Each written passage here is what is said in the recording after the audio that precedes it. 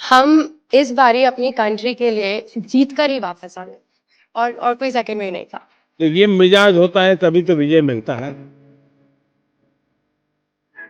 आपका जो विजन है कि इंडिया नंबर 1 होना चाहिए, आई थिंक ये बदलाव आ रहा है। हमारे देश के नौजवानों के पास सामर्थ्य है। तो जन्मदिन पे क्या करोगी? 28 को है ना? तो क्या करोगी? बस मजे करेंगे। बस ये कहाँ है?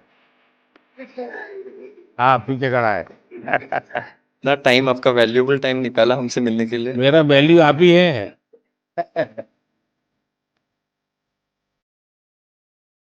फर्स्ट टाइम इंडिया ने दोनों गोल्ड मेडल जीते हैं और टीम ने जिस तरीके से प्रदर्शन किया है वो बहुत ही बढ़िया था। मतलब 22 में से 21 पॉइंट बॉयज ने और 22 में से 19 पॉइंट गर्ल्स ने, सो टोटल 44 में से 40 पॉइंट हमने लिए।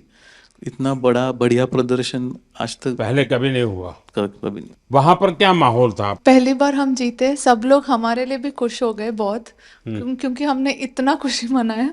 तो सबने एक्चुअली हर अपोनेंट्स ने भी आके हमें बधाई दी और हमारे लिए एक्चुअली खुश हो गए, even our opponents also. Sir हमने देखा है कि लास्ट कुछ सालों में बहुत सारे जो स्पेक्टेटर्स है वो बहुत रूट कर रहे थे कि दूर दूर से वहां पे सिर्फ देखने आए थे ये मैच को, जो पहले मेरे हिसाब से इतना नहीं होता था।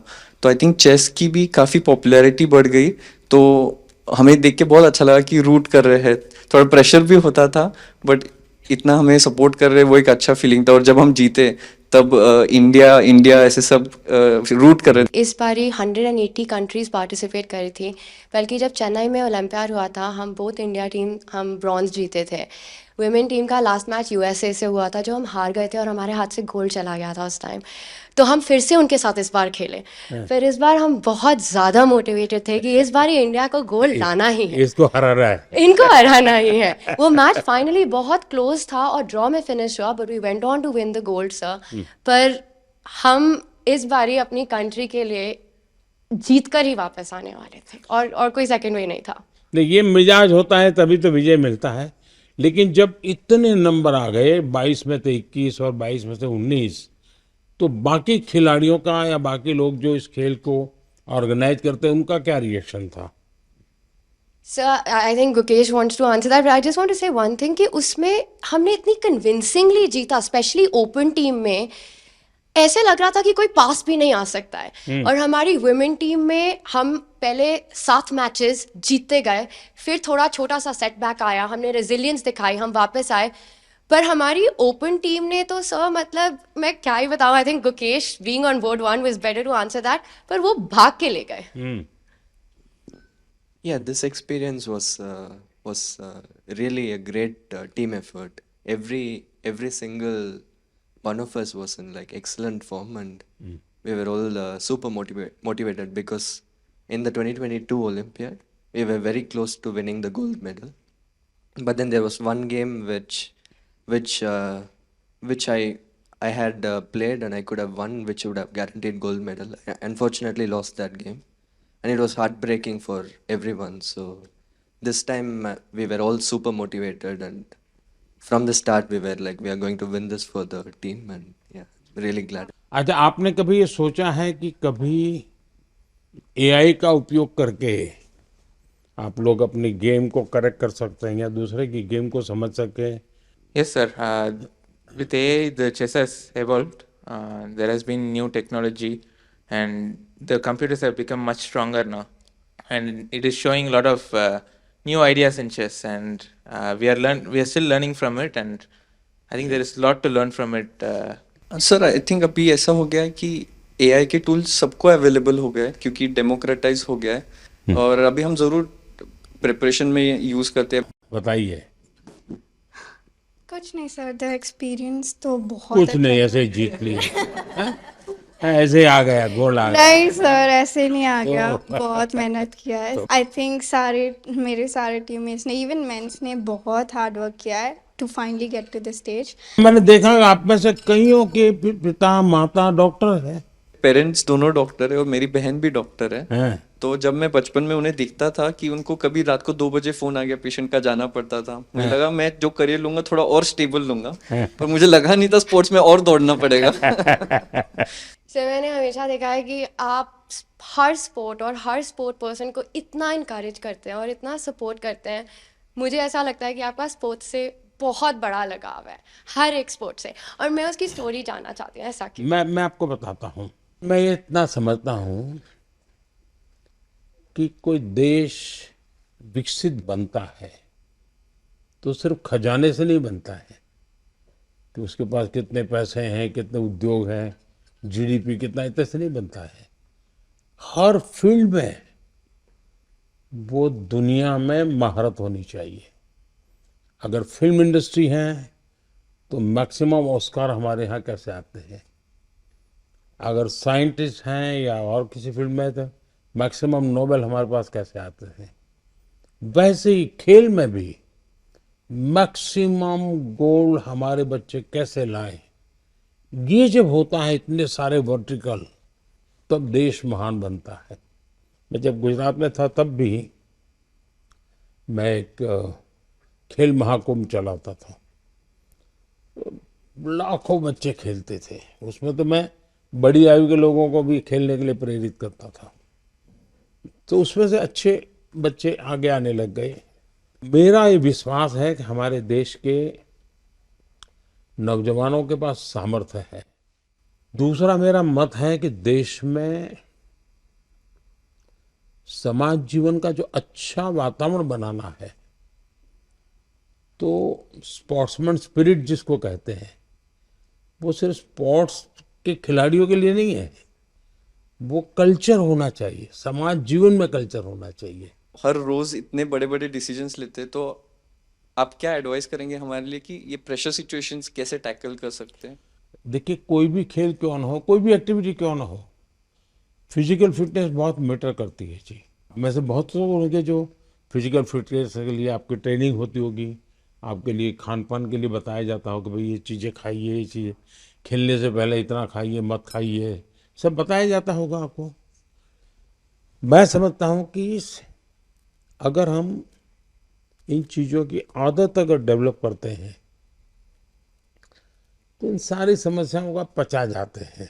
देखिए, डिसीजन मेकिंग के लिए आपके पास बहुत इन्फॉर्मेशन होनी चाहिए, बहुत इन्फॉर्मेशन, और पॉजिटिव नेगेटिव सब होनी चाहिए।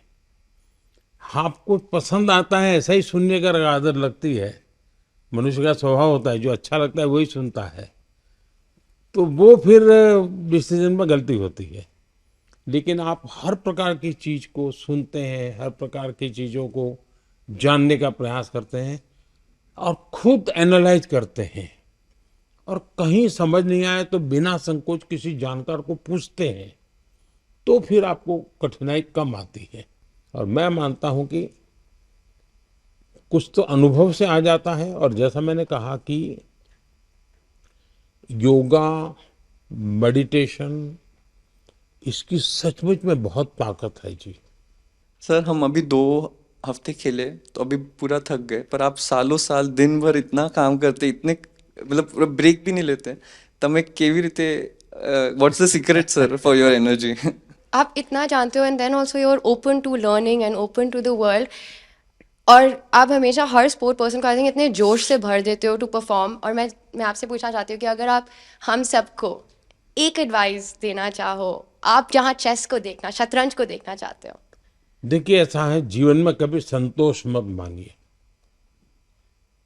सेटिस्फेक्शन नहीं होना चाहिए किसी चीज का, वरना फिर नींद आना शुरू हो जाता है। तभी आप आलस 3 आ घंटा जाता सोते हैं सर। हाँ। आप सिर्फ 3 घंटा सोते हैं। हमारे भीतर एक भूख रहनी चाहिए, बहुत कुछ नया करने की, कुछ ज्यादा करने की। हम लोग सभी टूर्नामेंट तभी जीते थे, और हम लोग बस में से आ रहे थे और आपका स्पीच हम लोग लाइव देख रहे थे, और आपने वहाँ पे अनाउंस कर दिया वर्ल्ड में कि भारत ने ये ऐतिहासिक 2 गोल्ड मेडल जीते, और हम सब लोग उस टाइम साथ में बस थे। हमें इतनी खुशी हुई सबको कि आपने ये आपके स्पीच में अनाउंस कर दिया पूरे दुनिया के सामने। मैं 98 में मैंने फर्स्ट ओलंपियाड खेला, और उस टाइम पे गैरी कास्परोव, कार्पोव, ये सब लोग खेलते थे और हम लोग उनका साइन लेने के लिए दौड़ते थे, ऑटोग्राफ। इंडिया का तब रैंकिंग बहुत नीचे था और इस टाइम पे जब मैं कोच बन के गया था और मैं देखता था कि गुकेश आ रहा है, प्रज्ञानंद आ रहा है, अर्जुन आ रहा है, दिव्या आ रही है, हरिका आ रही है और लोग उनका साइन लेने के लिए अब दौड़ रहे हैं। तो ये जो बदलाव और ये जो कॉन्फिडेंस नए फील्ड में आया है नए बच्चों में, आई थिंक वो आपका जो विजन है कि इंडिया नंबर 1 होना चाहिए, आई थिंक ये बदलाव आ रहा है। Sir thank you so much. आपने इतने शॉर्ट नोटिस में, आप यूएस में थे और आपने इतना टाइम, आपका वैल्यूएबल टाइम निकाला हमसे मिलने के लिए। हम बहुत अभी मोटिवेट हो गए। मेरा वैल्यू आप ही है। आई थिंक हमें ही नहीं, ये इतना इम्पोर्टेंट है, बाकी चेस जो खेलते हैं अभी उनके लिए भी बहुत ज़्यादा इंस्पिरेशन हो गए कि वो अच्छा खेले और आपको आगे मिले, तो उनके लिए भी बहुत ज़्यादा नहीं, इंस्पिरेशन। ये बात सही है जी। कभी कभी ये देखने से पता चलता है इनको कि हाँ यार, अपने लोग कर सकते हैं, हम भी कर सकते हैं। मैंने एक बार गुजरात में बहुत बड़ा चेस का इवेंट किया था जब मैं मुख्यमंत्री था, तो 20,000 लोग उसमें एक साथ हाँ, चेस एक खेले साथ थे। खेले थे। और सर उसमें उस टाइम पे इसमें से बहुत सारे लोग चेस नहीं खेलते थे। नहीं, तब तो इनमें से कईयों का जन्म भी नहीं हुआ होगा जी। तब भी लोगों को आश्चर्य होता है क्या मोदी जी ये कर रहे। अच्छा, 20,000 को जब बिठाने की जगह भी चाहिए, तो बहुत बड़ा पंडाल बनाया था मैंने। तो हमारे अफसर लोग भी कहते थे साहब अब ये इसके लिए इतना खर्चा। मैंने कहा इसी के लिए खर्चा करूंगा मैं। सर आपने जब इतना मुझे एनकरेज किया ये, तो मैं इतना खुश हो गई थी कि मैंने कहा अब तो मुझे पूरी जान लगा देनी है चेस में और मुझे अब तो इंडिया के लिए हर समय मेडल जीतना है। वाह। और मुझे मतलब मैं तब बहुत ज़्यादा ही खुश थी। और फिर तब आपने एक तो उसी में थी तुम। हाँ हाँ। और ये तब आपने साइमल ऑर्गेनाइज किया था और बहुत सारी लड़कियां खेल रही थी तब। वाह। तो उस समय तुम्हें वहां कैसे ले आए थे? तब मैं एशियन अंडर 9 जीती थी, तो किसी ने मेरी मम्मी से कहा कि बहुत बड़ा इवेंट हो रहा है गुजरात में, गांधीनगर में, तो मुझे तब बुलाया था।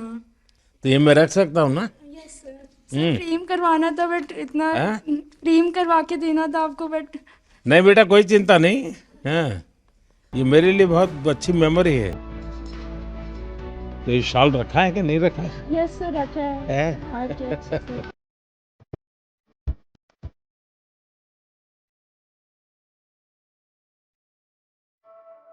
चलिए, मुझे बहुत अच्छा लगा। आप लोगों को मेरी बहुत बहुत शुभकामनाएं हैं। आप खूब प्रगति करिए। चलिए, मुझे बहुत अच्छा लगा। आप लोगों को मेरी बहुत बहुत शुभकामनाएं हैं। आप खूब प्रगति करिए।